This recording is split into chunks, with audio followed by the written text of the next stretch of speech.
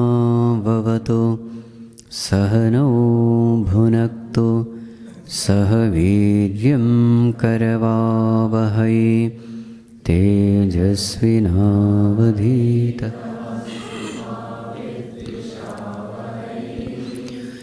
ॐ शान्ति शान्ति शान्ति।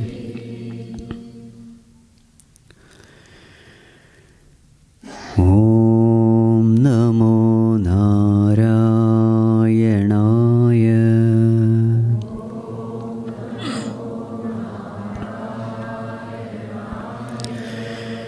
ॐ नमो नारायणाय।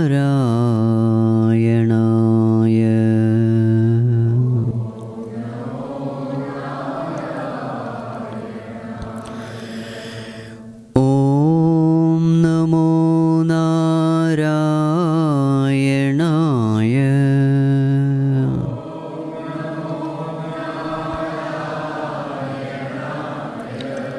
ॐ नमो नारायणाय। ॐ नमो नारायणाय।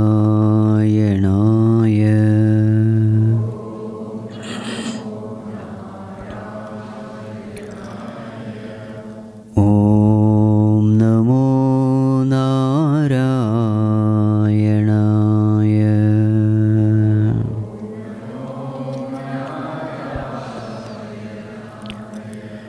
ॐ नमो नारायणाय।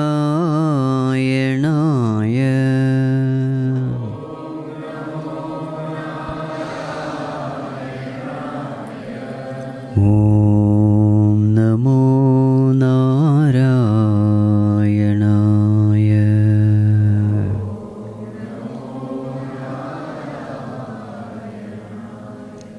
ॐ नमो नारायणाय।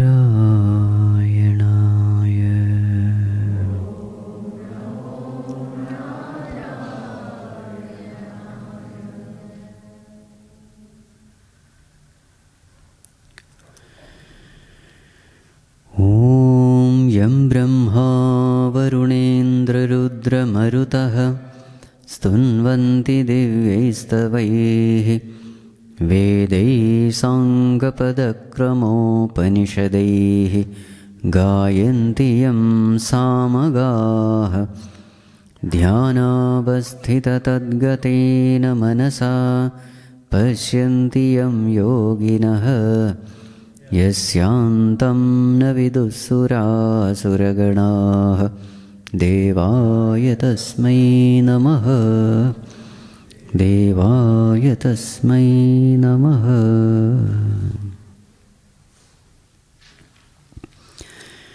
Let us chant from verse number 13.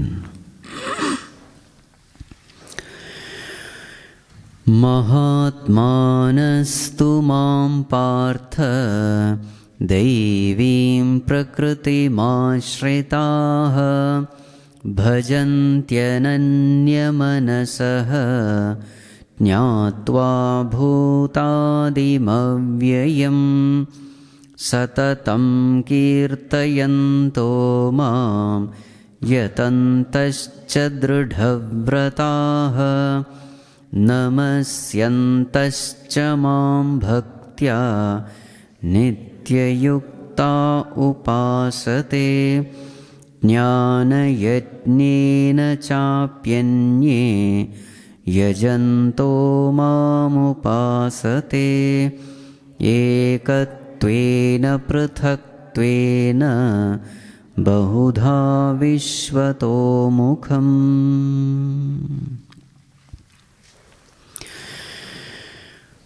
After having given the highest knowledge, what is that highest knowledge? Bhagavan says, the whole world comes from me. The world exists in me. The whole world dissolves in me.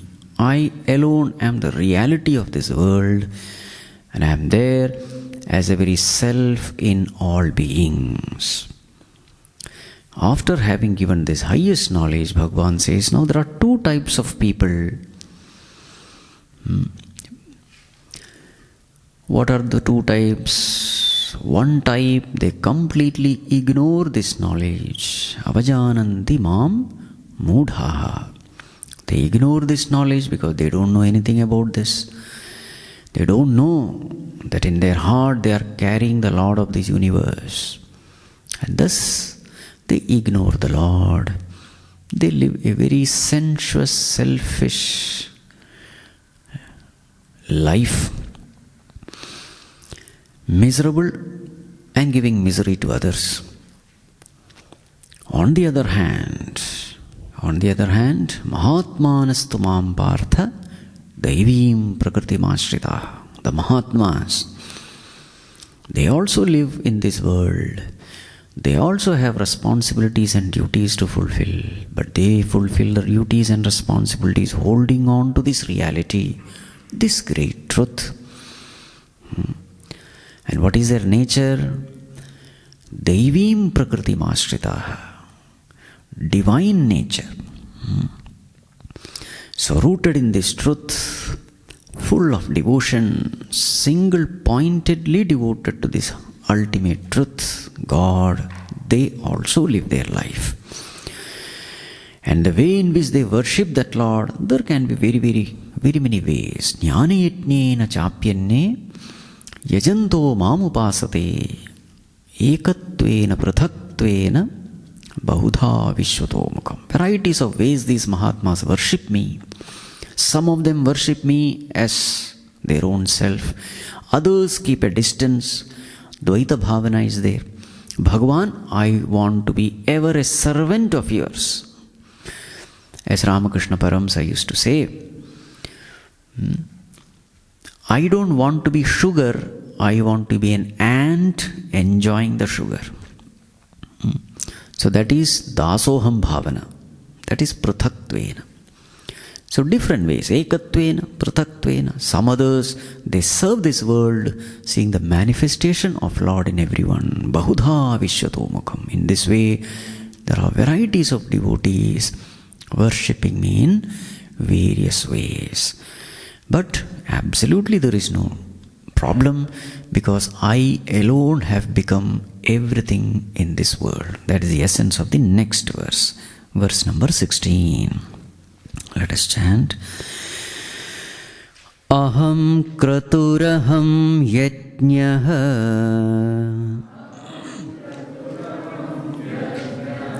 swadhahamaham aushadham mantrohamahame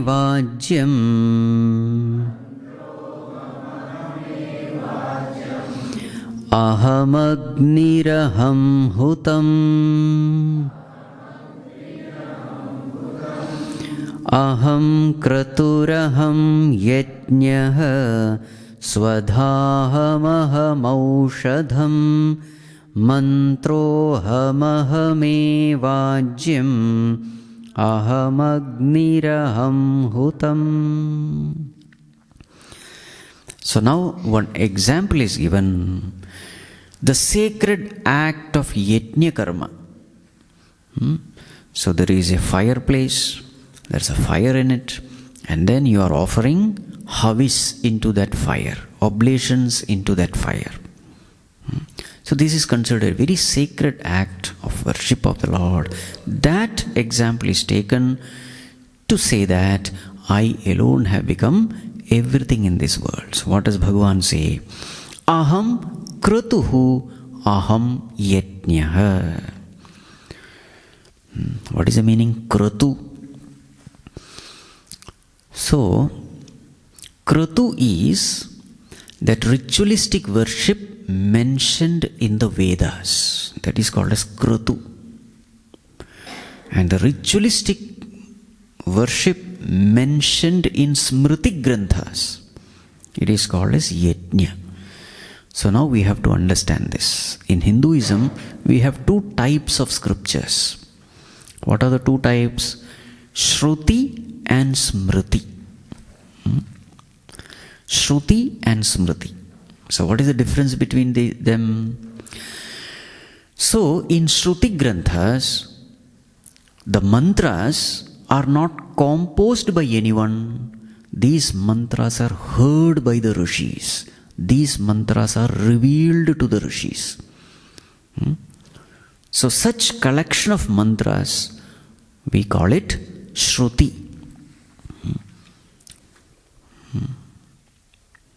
Rishayaha mantra drashtaraha. That is the definition of a rishi. Who is a rishi?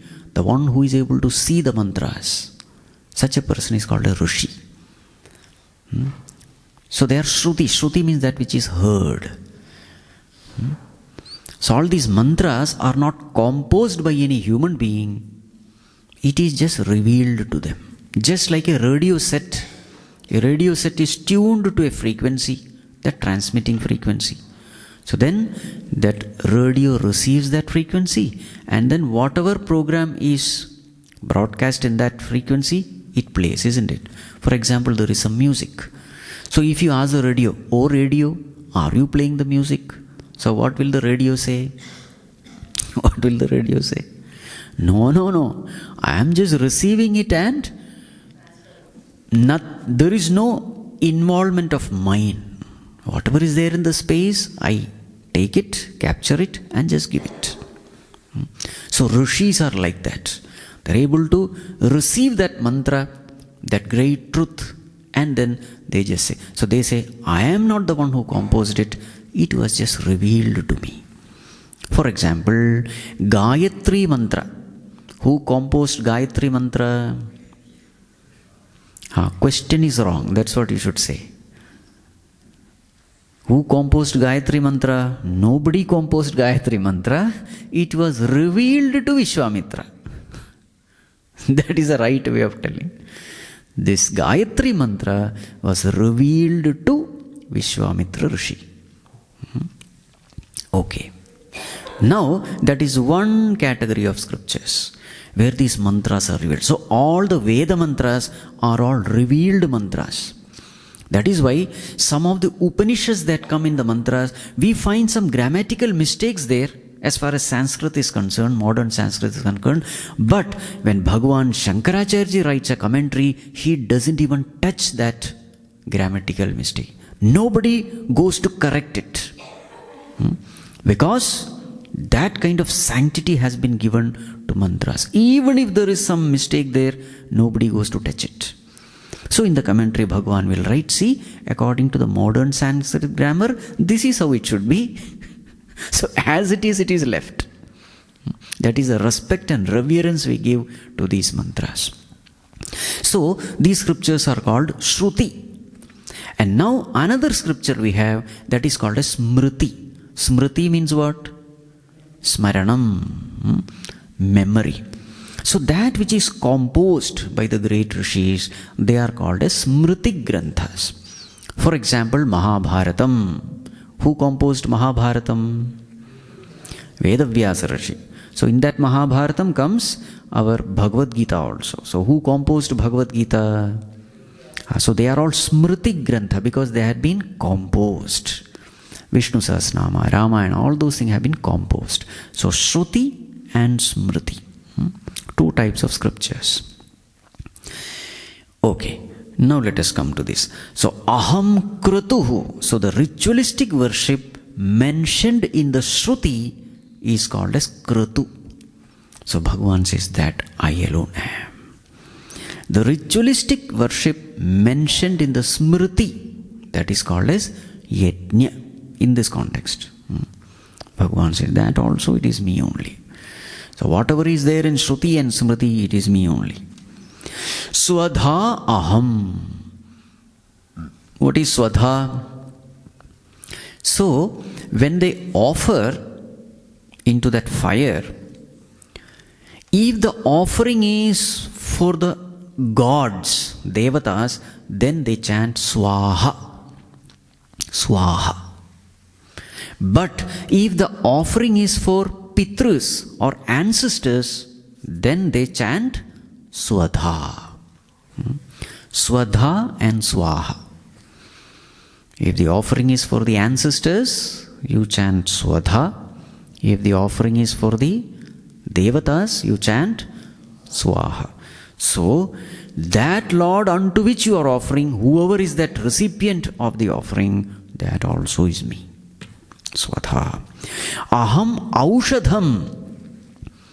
Oshadha means plant. Oshadha means plant. Aushadha means anything derived from plant. Aushadha. Anything derived from plant is called aushadha. So what all can be derived from plant? So aushadham can mean food, plant-based food. Aushadham can also mean medicine, plant-based Ayurvedic medicine also is called aushadham. What else can be aushadha?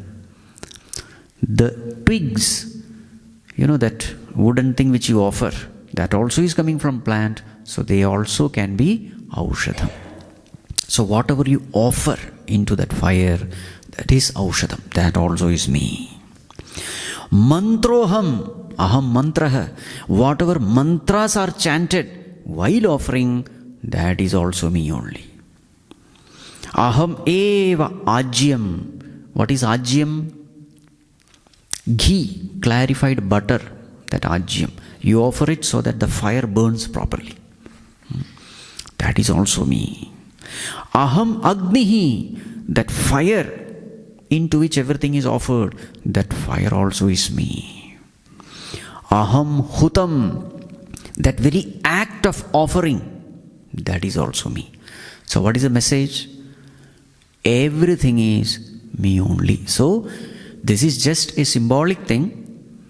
What Bhagavan is trying to say is, in this world, whatever you see, whatever laws you see, functionings you see, properties you see, entities you see, it is me. So the world is perfectly governed, controlled, designed by the Lord. There is nothing other than me. Whatever is happening here is because of me, because I alone am. That is the message. Continuing, verse number 17. Pitahamasya jagataha Mata dhata pitamaha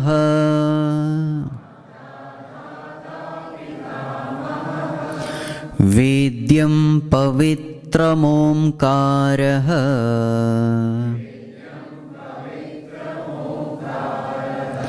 Ruksamayajureva-cha Pitahamasya jagataha Mata dhata pitamaha Vedyam pavitramomkaraha Ruksamayajureva-cha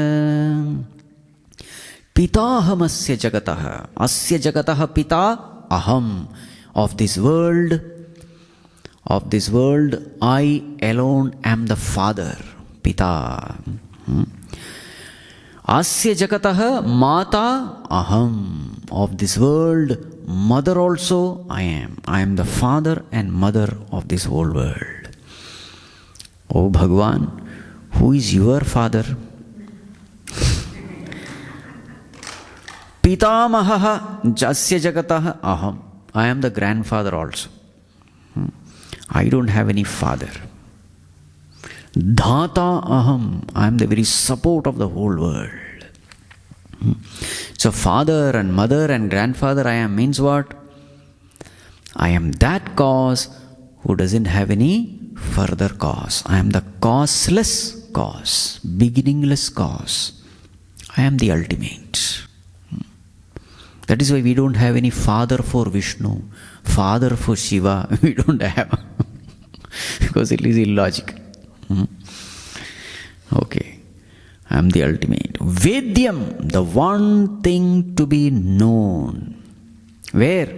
In the Vedas. Vedas are the treasure house of knowledge. That is called as Veda. In that Veda, What is the one thing which is the most important thing to be known in the Vedas? Omkara. Om. The essence of the Vedas is Om. Omkara. Pranava. Which is Pavitram. The greatest purifier. And that itself is Vedyam, the one thing to be known. So in all the Vedas, what are the different Vedas available? Rig Veda, Samaveda, Yajurveda. Bhagavan, why you did not mention Atharvana Veda? Only 3 Vedas. They say Atharvana Veda is a combination of all the 3. Mantras have been taken from the 3 and put in Atharvana Veda. So therefore, no separate mention needs to be given. Rik, Sama, Yaju. These are the 3. So the one thing to be known in all the Vedas, it is me. That Omkara is me. So here Bhagavan says, Pita aham, Mata aham. I am the father and mother of this universe. So if you want to know God, in fact that is why we are made to go through this family experience. In this world, we all are made to go through this family experience. What is this family drama? You are born, you have a father, you have a mother. So in my childhood days, I receive love from my father and mother. And when I grow up, I become a father or a mother, and then I start loving my children. So this is the drama, family drama. First, I become a child, receiving love from father and mother. Then I become a parent, giving love to my child. Why all this drama is necessary? This is necessary because only then I will be in a position to understand my role as a child of God. What should I expect from Bhagavan? How should I be in front of Bhagavan? And what is His love towards me? You see, my duty towards Him and His love towards me. This, if I have to understand, I will have to go through this state. So as a child, I receive love, protection, all the values from my parents. Later on, I become a parent. And then I start loving my child. Now tell me, how much do you love your child? Is it conditional love or unconditional love? Unconditional. Whatever be the kind of child it is.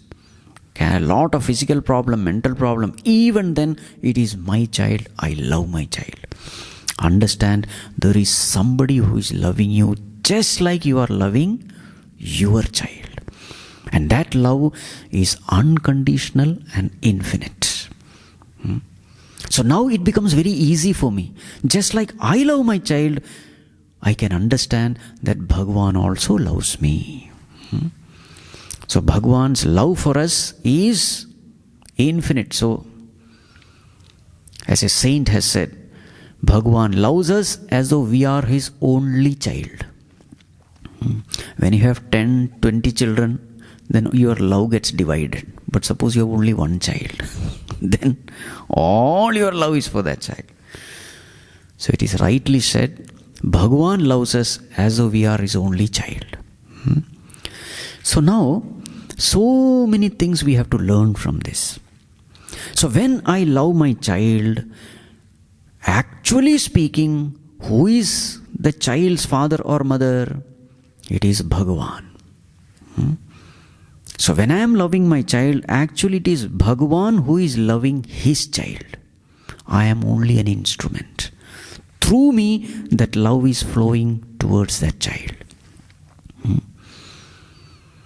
So when I experience that love as a father, as a mother, love in my heart, what should I say? Bhagavan, this love which I am experiencing towards my child, it is not mine, it is coming from you. So then what will happen? You become an excellent parent. You become a divine parent. You are grateful to Bhagavan for giving this love. You are grateful to your father and mother, you will find that your child also will be grateful to you. But suppose you do this mistake, which is commonly done. What is the mistake? This is my love generated by me towards my child. You are finished. What is this? This is the act of ingratitude. You completely forget that Lord because of whom you could conceive. It is that Lord who took care of the child in the womb. It is that Lord who fed that child in the womb. It is that Lord even now who is taking care of the child. You completely forget Him and you become a super father, super mother. I am everything. I take pain. I have taken sacrifice. I am feeding my child. My child, I and mine, you are finished. You will find that that child of yours will give you maximum tears. Because that attachment is unhealthy.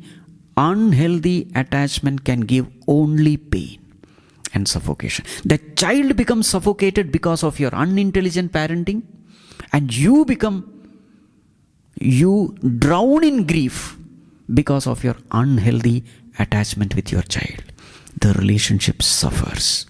A time comes when the child doesn't even want to talk to you.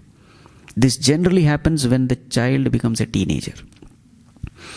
When he is a small fellow, he can't do anything. But as he grows up, the rift slowly increases. Why? Where is the mistake? Not with the child. The mistake is with me. I became ungrateful to the Creator, who is actually the real father and mother. And then what happens? My child becomes ungrateful to me. See, that is why, scriptures are so important. Even in living a grihasthashrama life, the scriptures are important.